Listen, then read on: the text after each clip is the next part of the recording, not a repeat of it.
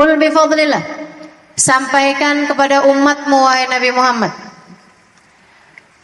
bifadlillah, atas anugerah Allah, wa birahmatihi, dan atas rahmatnya Allah, fabidzalika falyafrahu, silahkan kalian bersukacita, silahkan kalian bergembira, silahkan kalian bersenang-senang.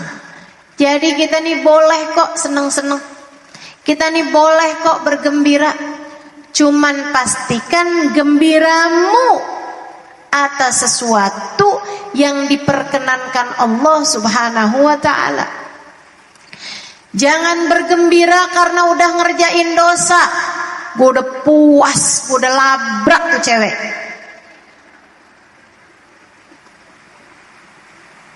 Saya udah puas, udah saya marah-marahin suami saya. Saya seneng banget hari ini, anak saya udah saya marah-marahin. Masa puasnya karena habis marah-marah?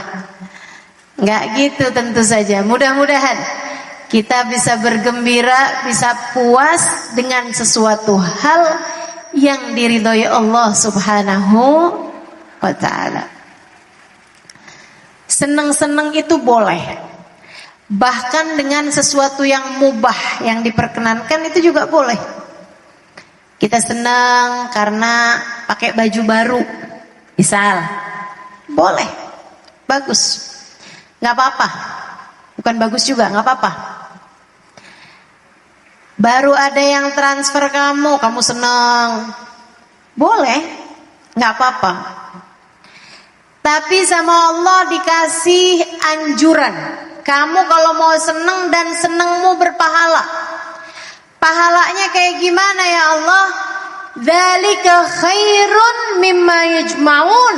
Pahalamu lebih baik daripada ibadah yang sudah kamu kumpulkan. Kamu tiap hari ngumpulin ibadah. Sholat subuh gak mau telat, bangun bahkan dari sebelum subuh, sholat tahajud beberapa rakaat, berdoa, baca Quran, beristighfar. Kamu kumpulkan ibadah-ibadah pada Allah SWT. Habis selesai sholat subuh, baca dikir-dikir subuh, dikir-dikir pagi. Kamu baca wirdul latif, kamu baca surat Yasin. Bagus tuh ya, baca Yasin di pagi hari. Kata Nabi, siapa yang kepengen diberi kemudahan sepanjang hari, awalilah pagimu dengan baca surat Yasin. Saudaraku sekalian saya muliakan, kemudian datang waktu duha, kamu pun mengerjakan sholat duha. Ibadah kamu lakukan. Habis itu kamu masakin buat keluarga. Ibadah apa bukan ibadah? Ibadah kalau niatnya bagus, niatnya benar, ibadah. Sepanjang hari itu kamu ada bersedekah kepada orang yang memerlukan, kamu membantu orang yang berkesusahan. Ibadah punya nilai pahala. Tapi Allah cerita, kamu berbahagia atas apa yang aku perintahkan, lebih baik daripada pahala yang sudah berhasil kamu kumpulkan. Apa ya Allah? Kok bisa ada kesenangan lebih besar pahalanya daripada ibadah? Kok bisa ada kesenangan lebih baik daripada apa yang berhasil kami kumpulkan? Bersenang-senang dari apa? Allah mengatakan, qul bifadlillah wa birahmatihi fabidzalika falyafrahu. Senang-senanglah kalian dengan karunia yang aku berikan. Senang-senanglah kalian dengan rahmat yang aku berikan kepadamu. Itu lebih baik. Rasa bahagiamu, rasa senangmu atas anugerah yang telah Allah SWT berikan lebih baik daripada ibadah apapun yang berhasil kamu kumpulkan. Saudaraku sekalian yang saya muliakan, apa karunia Allah yang besar, yang kita kalau senang sampai bisa dapat pahala yang sangat besar tersebut? Tentu saja nomor satu adalah iman. Kamu senang ketika kamu menyadari bahwa kamu beriman. Bahagia ketika tahu bahwa dalam hidupmu kamu punya Allah Subhanahu wa taala. Dengannya kamu tidak merasa takut, dengannya kamu tidak merasa khawatir. Dengannya hatimu selalu tenang, ketenangan hatimu ketika kamu menyadari bahwa Allah Subhanahu wa taala bersama denganmu, itu adalah ibadah yang jauh lebih tinggi nilainya daripada ibadah yang lain-lainnya. Dan karunia indah yang telah Allah Subhanahu wa taala berikan kepada kita umat zaman akhir ini adalah dengan diutusnya Nabi besar Muhammad. Dengan terutusnya Nabi besar Muhammad, kamu punya Nabi Muhammad. Nabi Muhammad untukmu itu adalah anugerah paling besar yang Allah Subhanahu wa taala berikan dalam kehidupanmu sesudah keimanan. Bahkan iman itu sendiri enggak cukup dengan la ilaha illallah, melainkan harus dengan Muhammad Rasulullah. Nabi Muhammad hadiah paling indah yang Allah Subhanahu wa taala berikan dalam kehidupan kita umat Islam. Qul bi fadlillah wa bi rahmatihi. Kamu kalau mau berterima kasih, mau bersenang-senang, bersenang-senanglah kalian atas rahmatnya Allah. Dan Bu, Kak, Dek, kalau bicara tentang rahmat, ketahuilah Nabi Muhammad adalah rahmat terbesar yang Allah berikan dalam kehidupan kita. A'udzubillahi minasyaitonirrajim. Wa ma arsalnaka illa rahmatan lil alamin. Tidaklah kami utus engkau wahai Nabi Muhammad melainkan sebagai bentuk rahmat kami kepada alam semesta. Jadi kita ini dalam kehidupan disuruh bergembira, bersenang-senang, bersukacita atas anugerah Allah yang paling besar dalam kehidupan kita, yaitu keimanan, dan juga kita diberi nabi bernama Muhammad. Innama ana rahmatun muhdah, kata Nabi Muhammad dalam salah satu hadisnya. Sungguhnya saya adalah rahmat Allah yang telah Allah anugerahkan kepada umat manusia.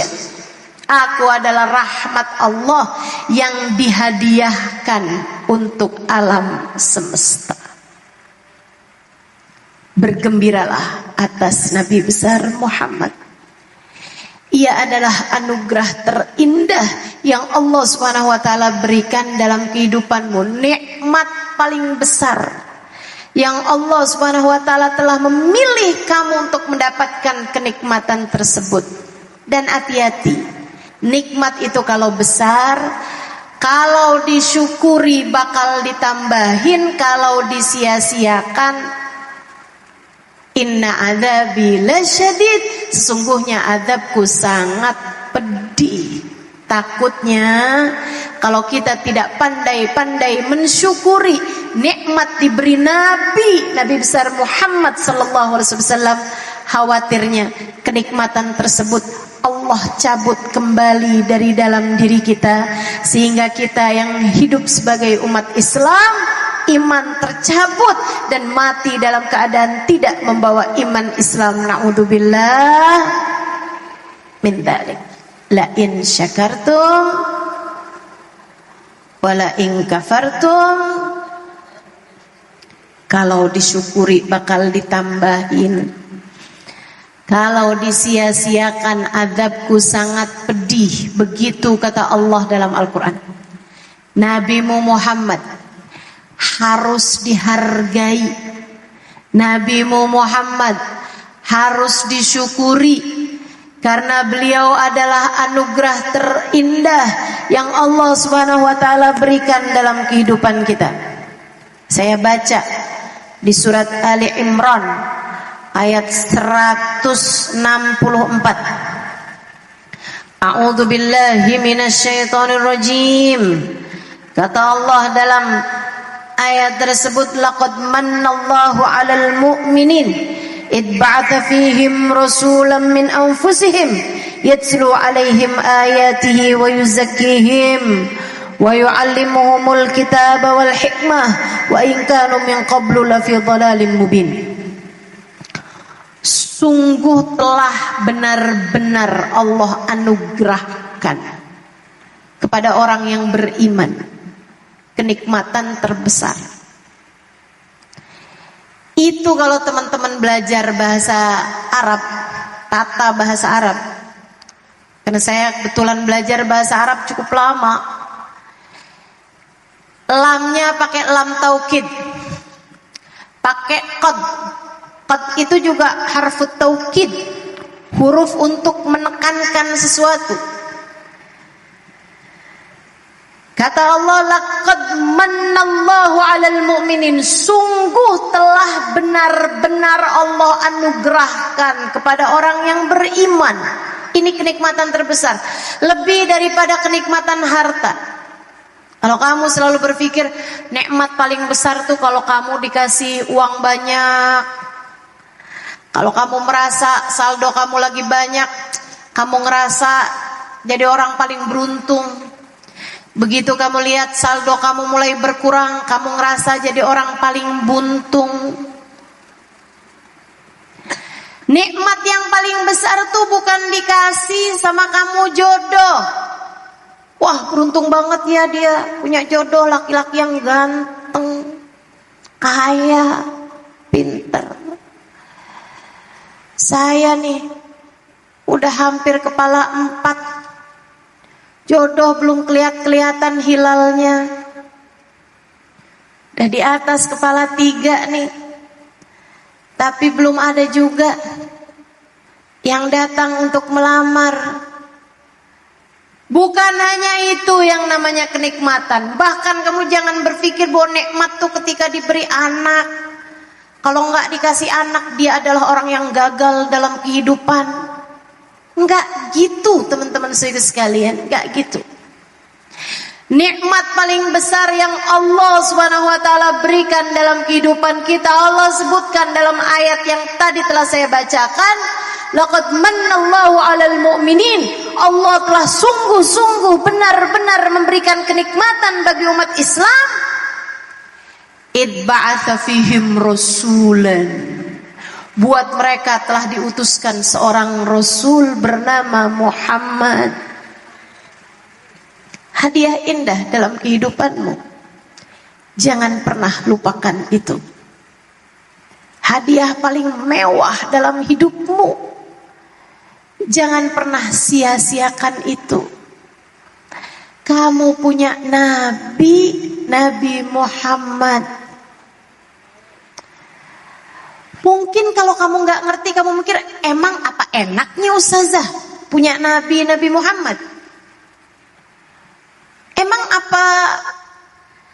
apa mewahnya, apa privilege-nya punya Nabi Muhammad?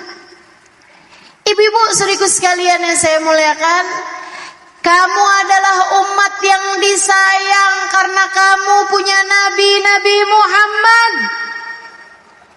Kamu adalah umat yang didengar saat berdoa, sebab kamu adalah umat Nabi Muhammad. Kamu adalah seseorang yang saat sujudmu Allah memandangmu dengan cinta, karena sujudmu mirip sama sujudnya Nabi Muhammad. Kamu adalah seseorang kamu adalah seseorang yang saat kamu berbuat dosa sangat mungkin Allah ampuni, sebab dosamu dimohonkan ampun oleh Nabi Muhammad. Kamu ketika berbuat taat, taatmu sangat mungkin untuk diterima meski punya banyak kekurangan di sana sini. Sebab kamu adalah umat Nabi besar Muhammad. Meskipun kurang-kurang ibadahmu, meskipun banyak cacat-cacat yang ada dalam taat yang kamu kerjakan, sangat mungkin kamu menjadi seseorang yang diterima di sisi Allah, sebab dirimu adalah umat Nabi besar Muhammad.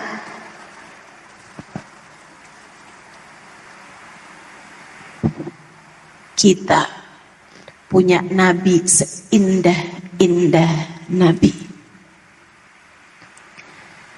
Kita punya hadiah semulia-mulia hadiah, Nabi kita Muhammad. Ibu-ibu saudaraku sekalian yang saya muliakan, Zahir namanya, Zahir, budak kulit hitam, bukan kulit hitam, seorang laki-laki dari kampung, dari dusun, orang Badu, nggak sekolahan, nggak bisa baca tulis, mandi ya seminggu sekali lah, nggak ngerti banyak hal, bukan orang pinter, bukan orang kaya, bukan orang hebat, nggak ada apa-apa. Akan tetapi dia beriman kepada Nabi Muhammad.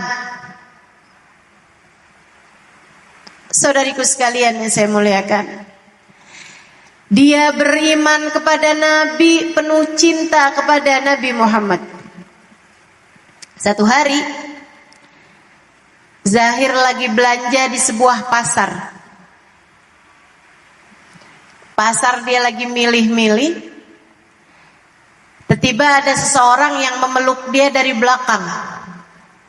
Zahir karena lagi sibuk belanja, kayak ibu-ibu nih kan kalau lagi sibuk belanja nggak sadar apa-apa. Kalau lagi ngelihat Shopee tuh, suami ngomong nggak dengar, anak ngomong nggak dengar, anak bayinya nangis nggak dengar,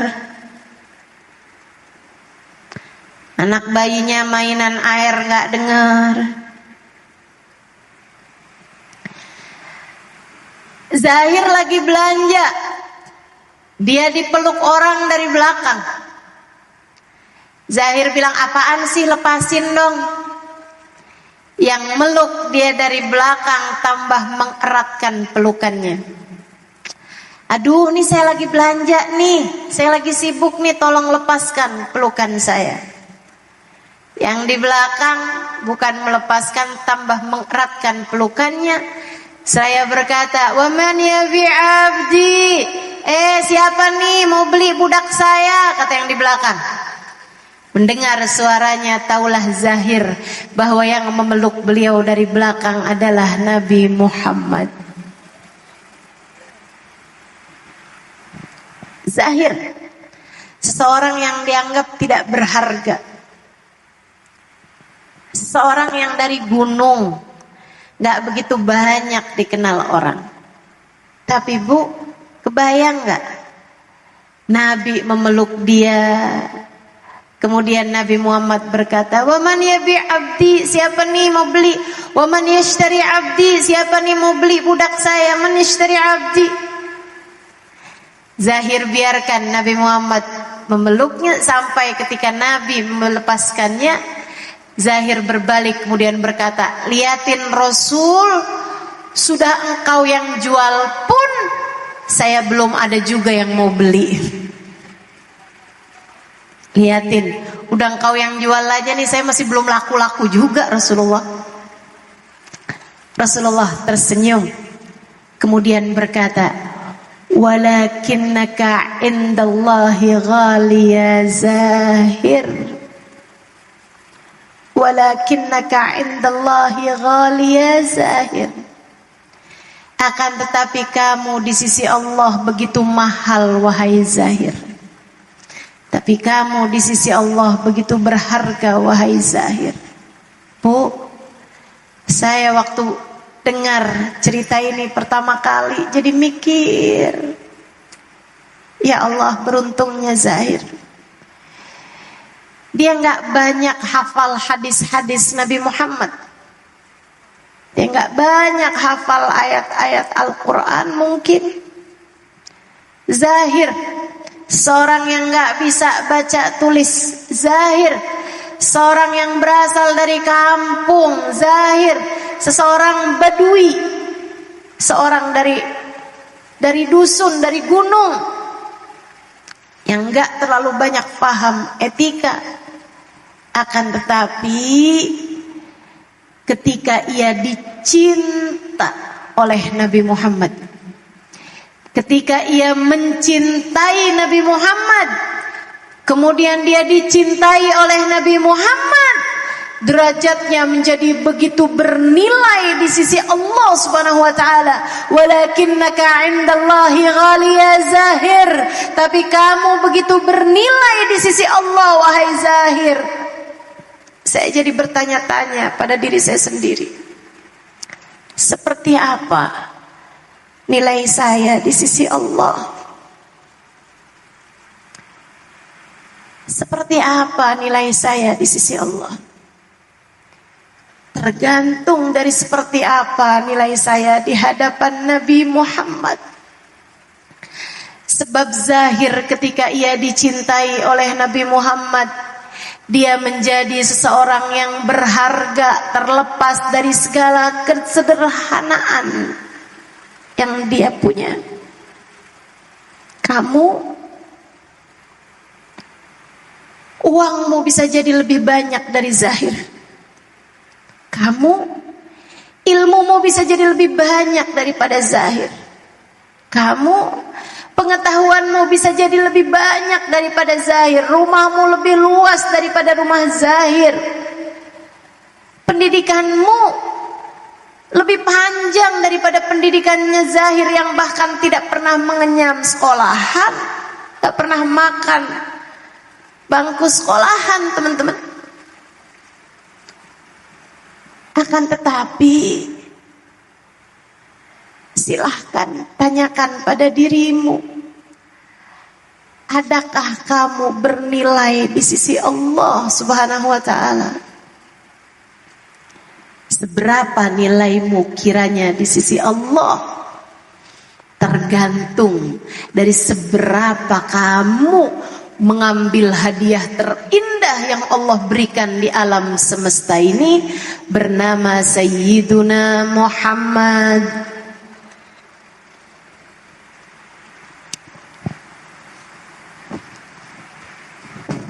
Saudaraku sekalian yang saya muliakan,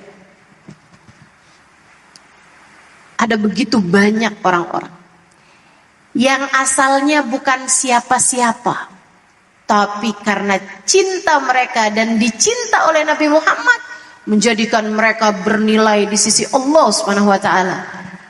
Bilal bin Rabah, budak belian, yang bahkan waktu itu dianggap enggak terlalu kuat sehingga nilainya itu jadi rendah, jadi murah, dijual beli di pasar. Saudariku sekalian yang saya muliakan, dijual belikan di pasar setara barang. Orang kalau mau milih budak, itu dipilih, mereka lebih suka budak yang rambutnya keriting, karena biasanya kalau rambutnya keriting lebih kuat. Perhatian buat yang rambutnya keriting, gak usah di rebonding. Orang kalau rambutnya keriting biasanya lebih kuat. Demikian pula biasanya di pasar-pasar tuh orang kalau milih budak suka yang kulitnya gelap. Karena kalau yang kulitnya gelap juga gitu, biasanya lebih kuat. Perhatian. Buat yang kulitnya sawo kematangan, udah nggak usah segala suntik putih, nggak usah. Ikut sekalian saya muliakan, kalangan-kalangan budak yang kalau misalnya dijual belikan tuh tarik-tarik tangannya, dipukul-pukul badannya, mau tahu ini orang bisa kerjanya kayak apa, ditendang-tendang biar ketahuan badannya sekuat apa. Bilal bin Rabah dari kalangan kayak begitu, hingga kemudian dia masuk ke dalam agama Islam, cinta kepada Nabi Muhammad sallallahu alaihi wasallam. Yang karena dia masuk ke dalam agama Islam, tuannya menyiksa dia habis-habisan, Umayyah bin Khalaf. Dia digelandang di padang pasir panas kota Mekah, dilucuti dari bajunya, dibakar di padang pasir panas kota Mekah. Bu, kamu mungkin tidak terbayang seperti apa panasnya padang pasir di saat musim panas. Saya sudah tahu rasanya. Itu ibu-ibu sekalian, orang tuh kalau di padang pasir lagi musim panas, kalau mau masak apa-apaan nggak usah diapa-apain bu, kumpulin aja. Padang pasir itu, pasir-pasirnya itu kumpulin, taruhin itu. Kamu masukin di dalamnya jagung, kamu masukin di dalamnya kentang, timbun aja. Dapat berapa menit gitu, setengah jam, kamu keluarin udah mateng kentangnya. Di padang pasir yang seperti itulah Bilal bin Rabah digelandang.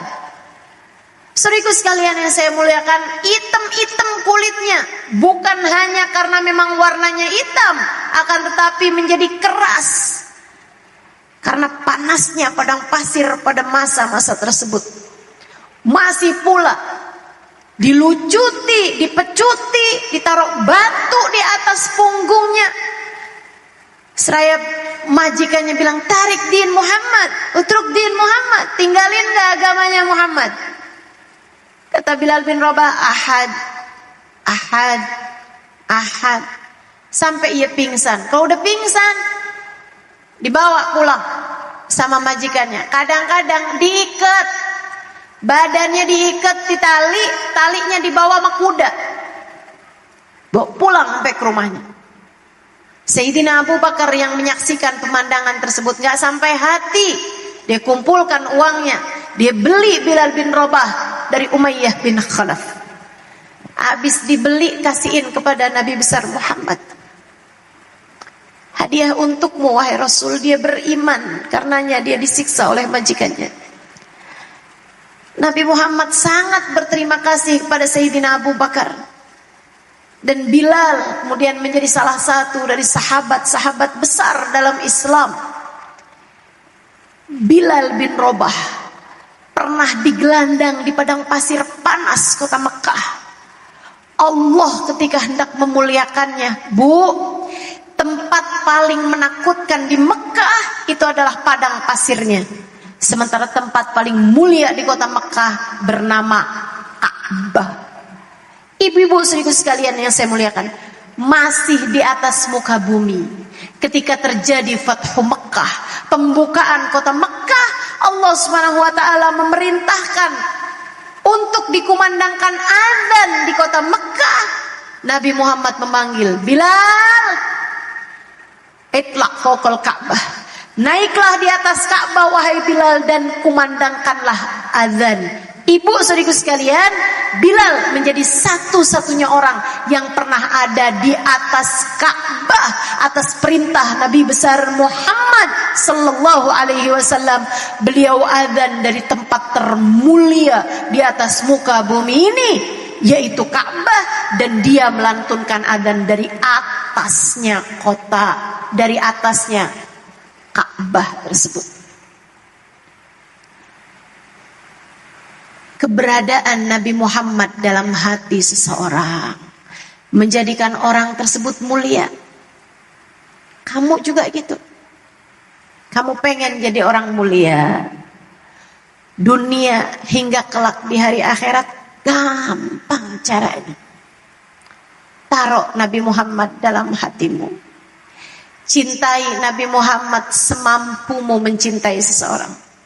Rindui Nabi Muhammad semampumu merindukan seseorang. Habiskan hari-harimu mendekat kepada Nabi Muhammad. Berbuatlah untuk membahagiakan hati Nabi Muhammad sallallahu alaihi wasallam.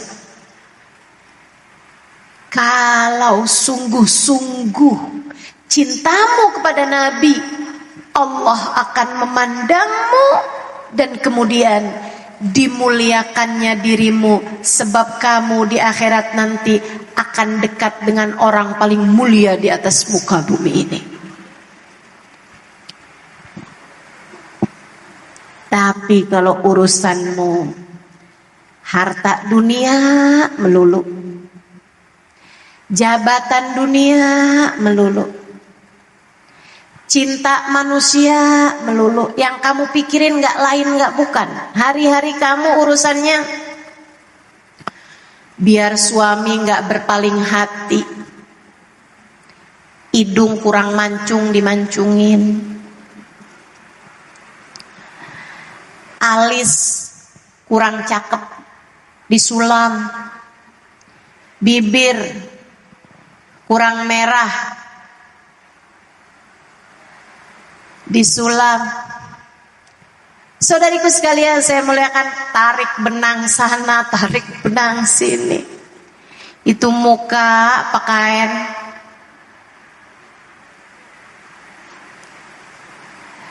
Kenapa pikiranmu hanya sekedar kecantikan zahir?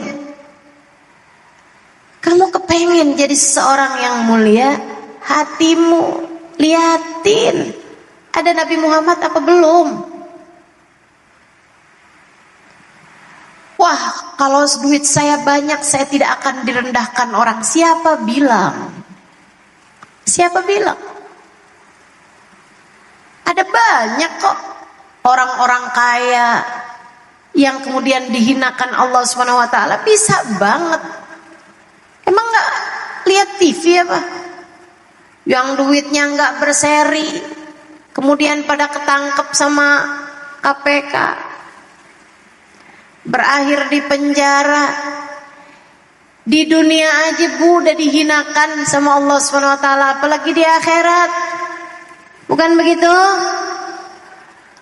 Saudariku sekalian yang saya muliakan, sungguh pangkat-pangkat dunia kalaupun berhasil kamu dapatkan, tidaklah sungguh-sungguh dapat membuatmu mulia, kecuali jika kamu gunakan semua itu li'ila kalimatillah, buat bantuin Nabi Muhammad, buat bantuin dakwahnya Nabi Muhammad. Harta juga begitu. Hartamu tidak memuliakanmu kecuali jika kamu menggunakan hartamu buat bantuin agamanya Nabi Muhammad. Ada anak gak bisa sekolah, kamu sekolahin. Ada orang gak mampu tapi punya kecerdasan, kamu pondokin, kamu pesantrenin, kamu sekolahin. Kamu kirimin ke Hadramaut, kamu kirimin ke Mesir, kamu kirimin ke Syria. Saudara sekalian yang saya muliakan, ini yang bisa memuliakanmu kemudian. Buat majelis-majelis, buat bantu pondok-pondok pesantren, bantu para ulama dalam dakwah-dakwah mereka. Ini yang akan bermanfaat. Tapi selebihnya kamu pakai untuk urusan-urusan duniamu yang tidak membawa kepada kemuliaan agama Allah Subhanahu wa taala, hanya akan menjadi penyebab kehinaanmu dunia hingga akhirat. Hanya akan menjadi kehancuran dirimu dunia hingga akhirat. Saudariku sekalian yang saya muliakan, apapun aja enggak kamu gunakan untuk agama Allah, untuk Rasulnya, tidak akan membawa kecuali kepada penyesalan. Gak akan bawa kecuali kepada penyesalan. Sampai kapan mau terus-terusan berpikir bahwasanya kalau saya cakep nih kira-kiranya suami saya gak bakalan selingkuh dah. Mau sampai kapan kamu berpikir kayak begitu? Kamu gak lihat apa orang udah cakepnya kayak gimana, suaminya masih juga.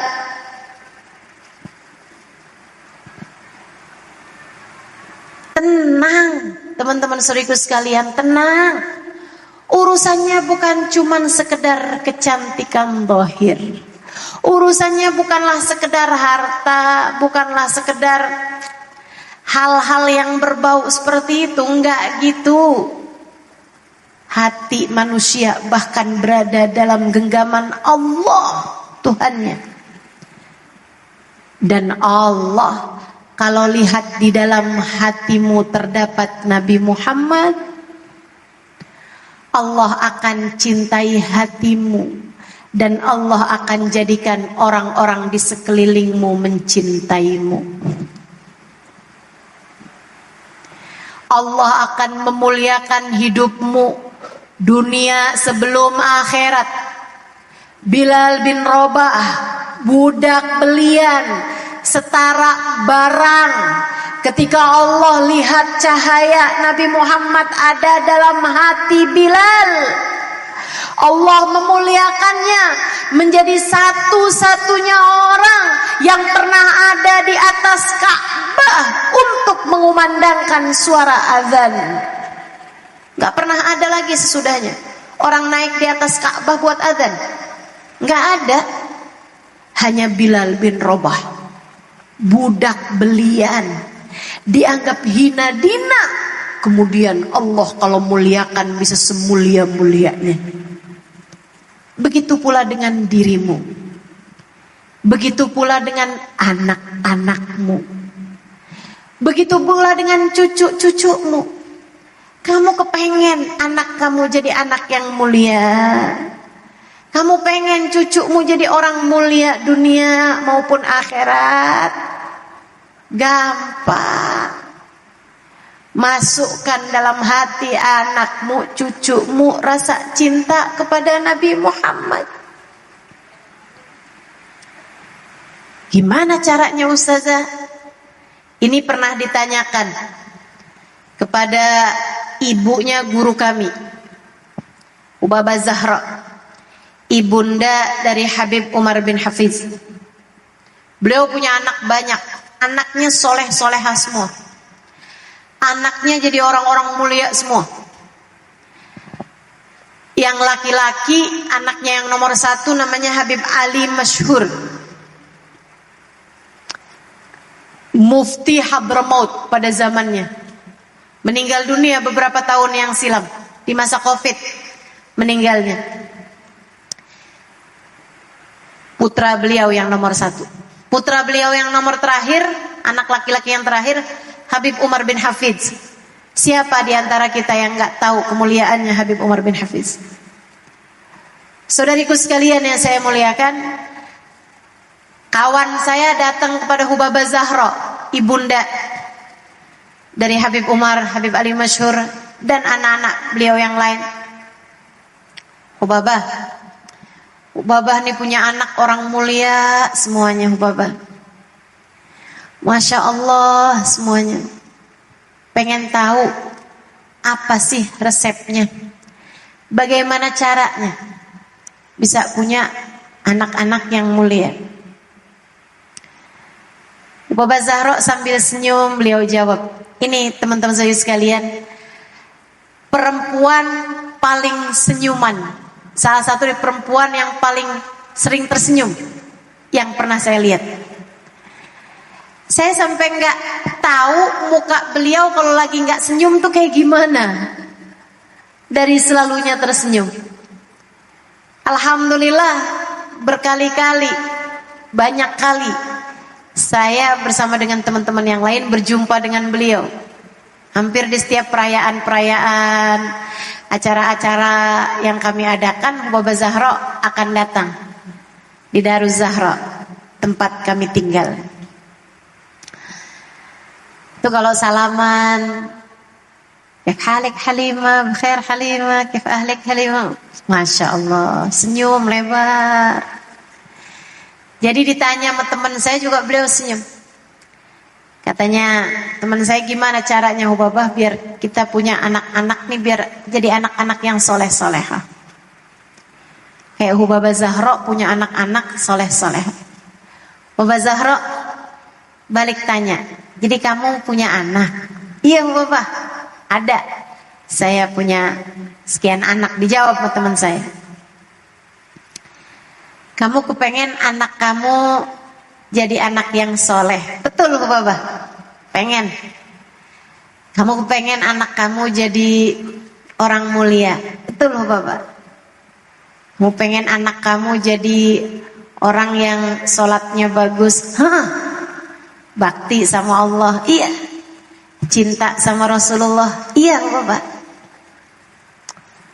Bapak kemudian menjawab, kalau begitu kamunya harus yang kayak gitu. Kalau kamu kepengen anakmu menjadi seorang yang soleh, kamunya harus solehah terlebih dahulu. Kamu kepengen anak kamu cinta sama Nabi Muhammad, kamu sebagai ibunya harus cinta sama Nabi Muhammad. Kamu kepengen anak-anakmu jagain sholat, dapat menjalankan sholatnya dengan benar, kamu harus mengawali dengan hal yang sama. Jaga sholat-sholat kamu. Nanti anak-anak kamu akan perlahan-lahan menjadi orang yang seperti itu. Sebab anak itu seperti bayangan sebuah tiang. Kalau tiangnya bengkok, gimana bayangannya bisa lurus? Kalau kamu kepengen bayanganmu lurus, maka yang harus kamu lakukan adalah tegak luruskanlah dirimu itu. Anakmu adalah bayangan dari dirimu. Saudaraku sekalian yang saya muliakan, saya belajar banyak tentang kehidupan Nabi besar Muhammad sallallahu alaihi wasallam.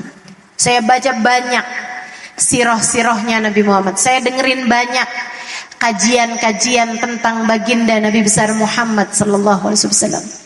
Akan tetapi salah satu hal, bahkan salah satu dari yang terbesar yang saya belajar untuk cinta kepada Nabi Muhammad adalah karena saya melihat umi saya, perempuan sederhana. Umi saya almarhumah sudah meninggal dunia 2 tahun silam. Perempuan sederhana, nggak hafal banyak ayat Al-Quran seperti saya, nggak hafal banyak hadis-hadis Nabi Muhammad seperti saya, nggak baca kitab-kitab gundul seperti saya, nggak baca kitab-kitab sejarah Nabi Muhammad seperti saya, tidak banyak mendengar kajian dari para ulama-ulama seperti saya. Saya ceritakan ini kepadamu untuk membuatmu paham bahwa cinta bukan tentang urusan seberapa banyak kamu memiliki pengetahuan. Cinta bukan tentang seberapa banyak kamu memiliki pengetahuan tentang yang kamu cintai tersebut. Ibu-ibu saudaraku sekalian, umi saya seperti yang tadi telah saya sampaikan, tidak sebanyak saya pengetahuannya tentang baginda Nabi Muhammad. Akan tetapi setiap kali nama Nabi Muhammad disebutkan, berlinangan air matanya karena rindu kepada beliau.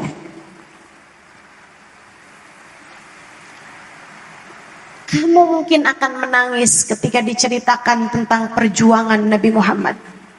Tapi umi saya baru baca ya Rabbi salli ala Muhammad, ya Rabbi salli alaihi wasallim, berderayan air matanya karena rindu pada beliau.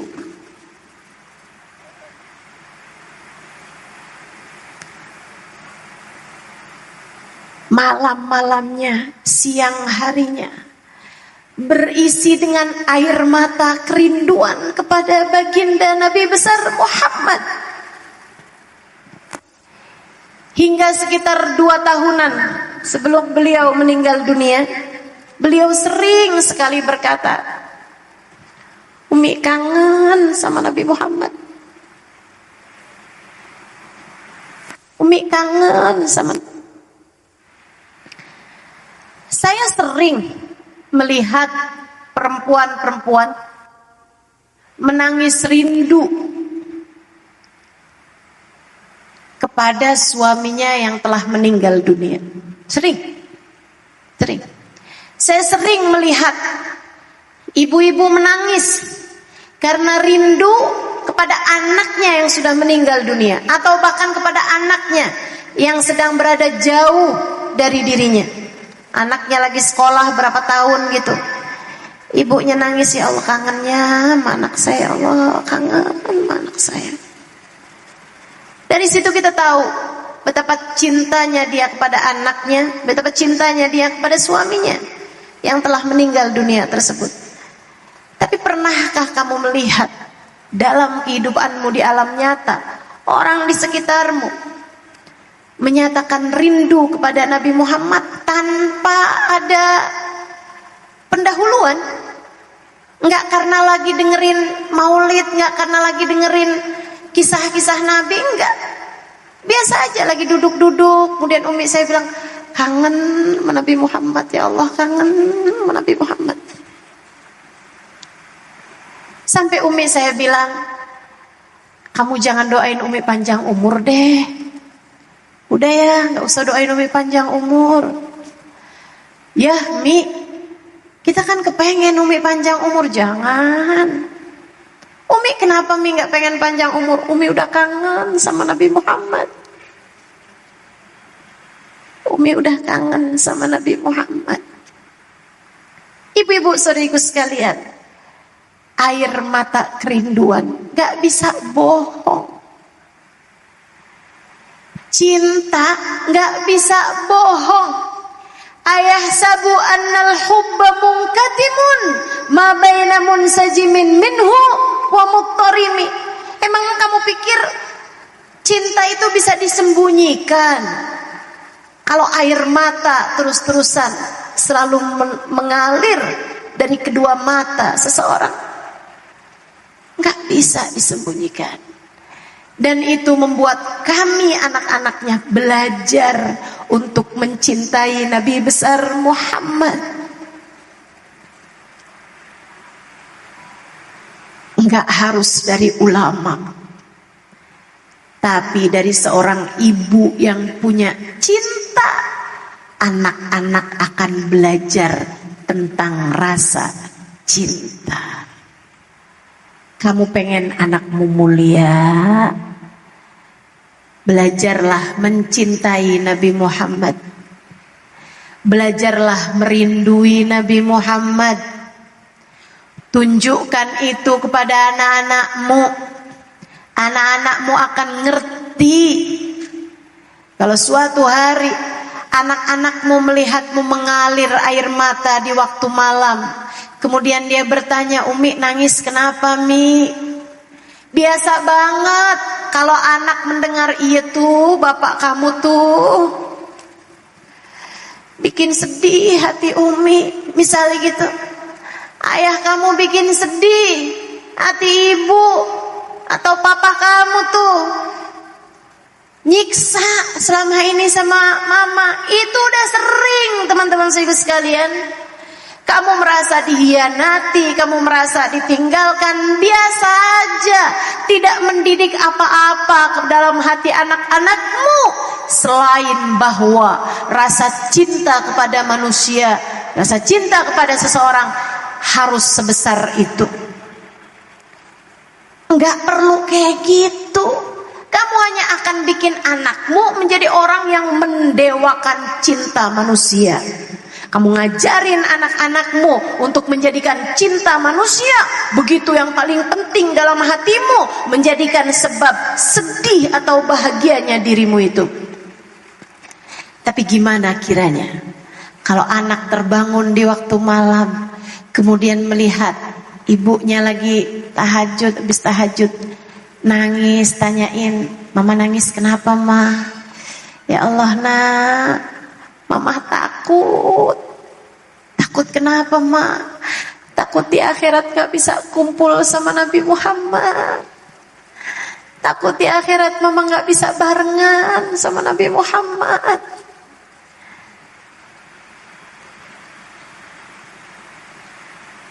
Mama takut karena rindu kepada Nabi Muhammad. Saudariku sekalian yang saya muliakan, anak akan mengerti bahwa yang seharusnya dirindu sedemikian rupa adalah baginda Nabi besar Muhammad.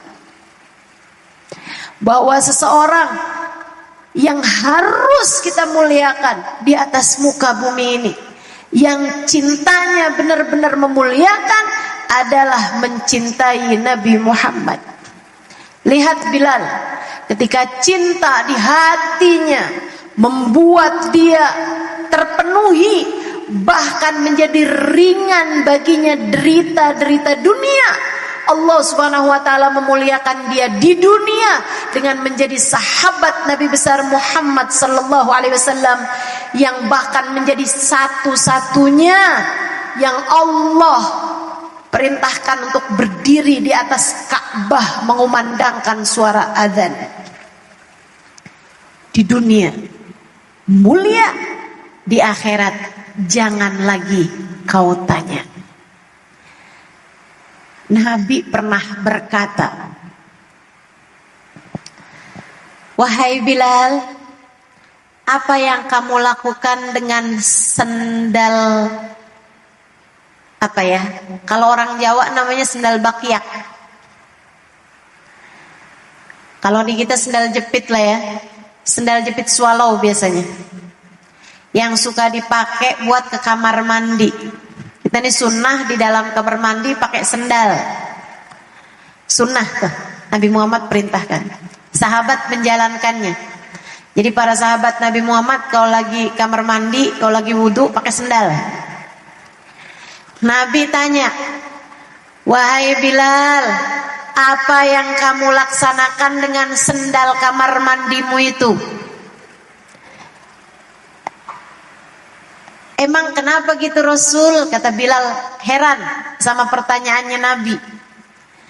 "Karena Bilal, sewaktu malam saya di Isra Mi'rajkan Allah Subhanahu wa taala, saat saya berada di surga Allah, saya mendengar suara kecipakan sandal bertemu air.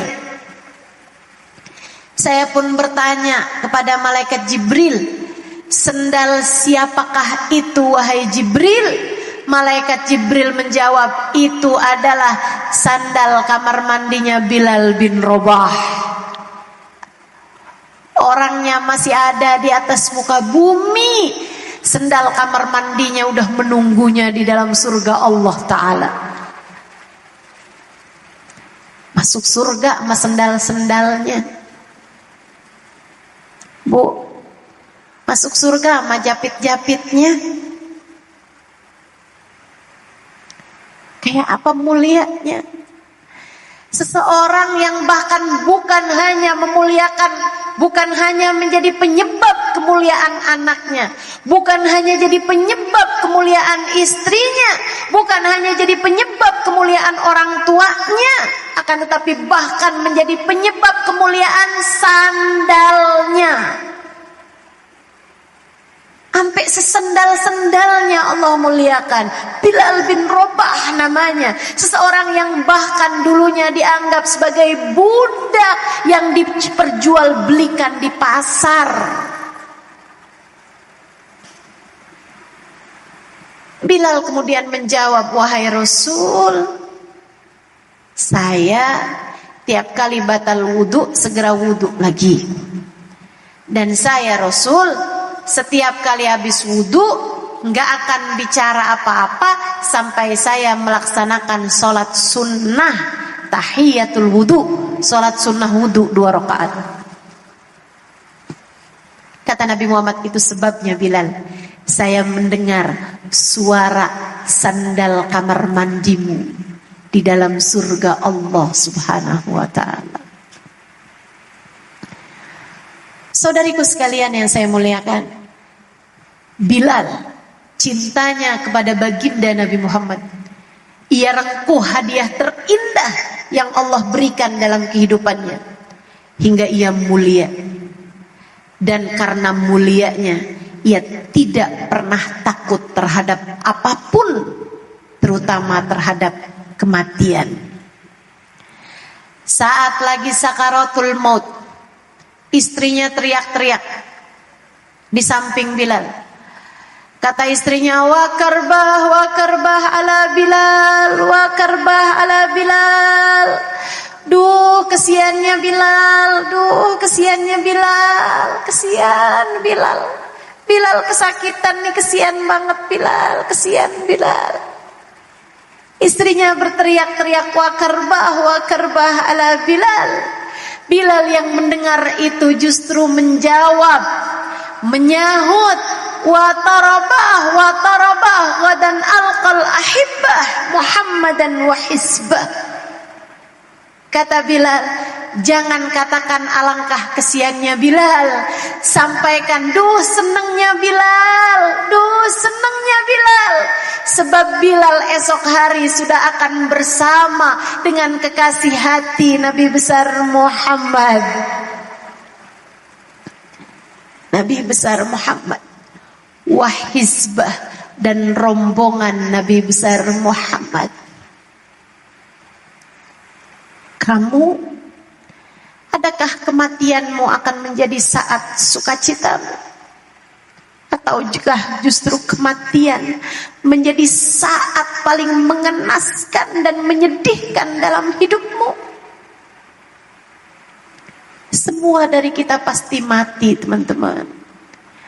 Kalau yang kamu urusin di atas muka bumi duit lagi, duit lagi. Kalau yang kamu urusin di atas muka bumi uang lagi, uang lagi. Kalau yang kamu urusin di atas muka bumi cinta manusia lagi, cinta manusia lagi. Kalau yang kamu urusin di atas muka bumi pangkat dunia lagi, pangkat dunia lagi. Mau kapan? Mau kapan kamu berbekal untuk kematianmu? Maukah kamu saat kematianmu menjadi saat paling mengenaskan dalam hidupmu? Karena pada saat itu hartamu kamu tinggalkan, anakmu kamu tinggalkan, suamimu kamu tinggalkan, rumahmu kamu tinggalkan, jabatanmu kamu tinggalkan. Tapi kalau di masa hidupmu yang tersisa kamu cari cintanya Nabi Muhammad, di saat mati kamu berbekal cinta dengan Nabi Muhammad, saat kematianmu bisa jadi adalah saat paling pesta dalam hidupmu itu. Gak usah jauh-jauh kepada Bilal. Saya bahkan berkaca kepada ummi saya. 2 tahun lalu meninggal dunia. Wanita sederhana, wanita sederhana. Akan tetapi tidak sederhana cintanya kepada Nabi Muhammad. Wanita ala kadarnya, biasa-biasa saja. Tapi cintanya kepada Nabi Muhammad tidaklah biasa. Ia cinta kepada Nabi Muhammad sepenuh hidupnya. Ia cinta kepada Nabi Muhammad sepenuh hatinya. Ia pakai seluruh cintanya untuk baginda Nabi besar Muhammad sallallahu alaihi wa ala alihi wa sahbihi wasallam. Saudariku sekalian yang saya muliakan, 5 hari sebelum kematian umi saya di Indramayu. Saya memberi kajian tentang sakaratul maut. Saya ceritakan bahwa sakaratul maut adalah saat yang paling menakutkan. Saat itu seseorang akan diberi kehausan sampai membuat mulutnya menganga. Kata guru saya Sayyidil Habib Umar bin Hafid, orang sakaratul maut itu kalau dikasih hausnya dikasih air minum 1 galon gak akan hilang dahaganya. Karena dia haus bukan dari air, melainkan dari rahmatnya Allah. Saya ceritakan bahwa orang lagi sakaratul maut dahinya keringetan. Dia akan menggenggam tangannya, akan gemertak giginya karena menahan sakitnya, perihnya sakaratul maut. Ketika umi saya meninggal dunia, saya sedang di Jakarta, sedang menghadiri majelis-majelis maulid. Saudaraku sekalian saya muliakan, malam harinya ketika kami sedang bercerita-cerita, adik saya bilang, Kak Imah kalau nyampein tentang sakaratul maut menakutkan banget. Sampai-sampai saya kecolongan. Saya nggak tahu bahwa Umi tadi sedang sakaratul maut. Kenapa gitu? Karena semua yang diceritakan tentang perihnya sakaratul maut tidak ada dalam diri Umi saya. Umi nggak keringetan, Umi nggak kesakitan, Umi bahkan nggak kehausan. Umi hanya berulang-ulang berkata, memanggil tepatnya, ya Rasulullah, ya Rasulullah, ya Rasulullah. Kemudian menghembuskan nafasnya yang terakhir. Betapa ternyata kematian bisa begitu menyenangkannya untuk seorang pecinta.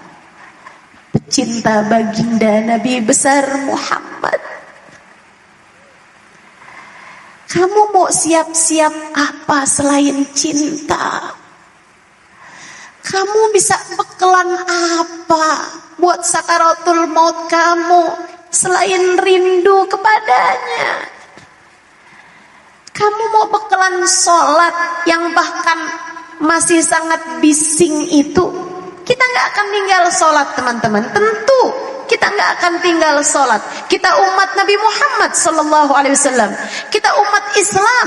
Sholat adalah rukun dalam agama kita ini. Kita nggak akan ninggalin sholat. Tapi kamu berharap dengan sholat kamu sakaratul maut kamu menjadi ringan. Padahal sholat kamu masih begitu berisik, begitu bising. Semua yang lagi ngobrol kamu dengar semuanya. Yang kamu lupain waktu kamu sholat jadi ingat. Nyari kunci nggak ketemu, giliran sholat ketemu. Betul? Kamu berharap sholat yang seperti itu membuat ringan sakaratul mautmu?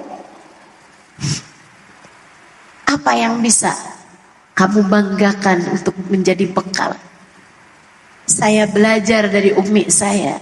Saya belajar dari kisah Bilal bin Rabah. Saya belajar dari kisah-kisah para pecinta yang selama ini telah mengajarkan kepada kita ilmu besar. Jangan berani mati tanpa bawa cinta kepada baginda Nabi. Jangan berani mati tanpa membawa cinta kepada baginda Nabi. Yuk, hadiah indah Allah berikan kepada kita. Terutusnya baginda kita Nabi besar Muhammad.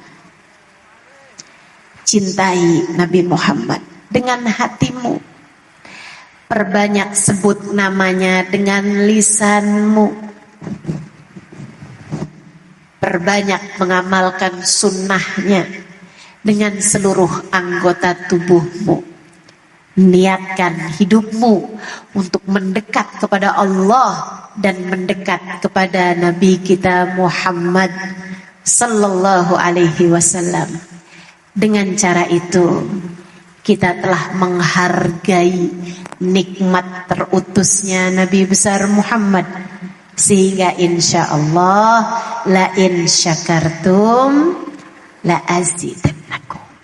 Kalau kamu hargai, bakalan Allah tambahi, sehingga mudah-mudahan cintanya terus bertambah sampai kita mati. Amin.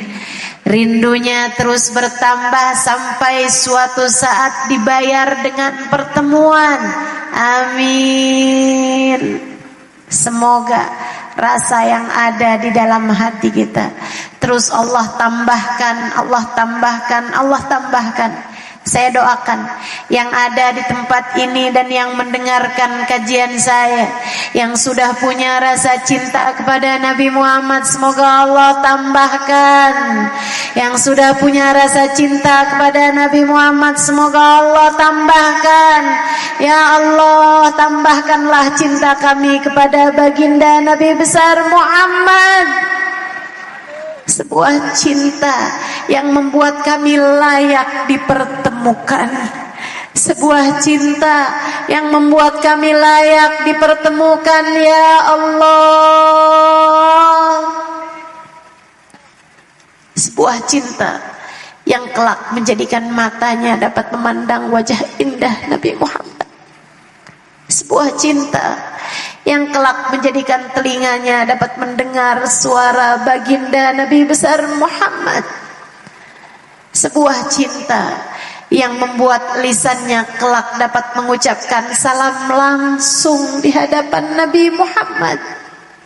Sebuah cinta yang membuat tangannya dapat bersalaman dengan Nabi Muhammad dan mencium tangan Nabi Muhammad.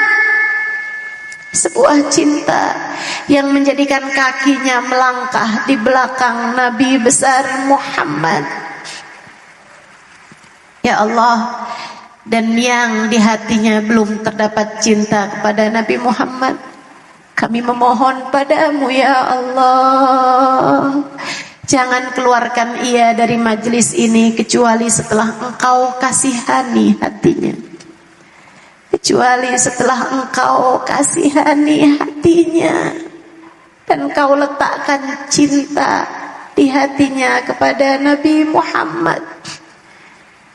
Ya Allah, kasihani hati siapapun di antara kami yang belum punya rasa cinta kepada Nabi Muhammad.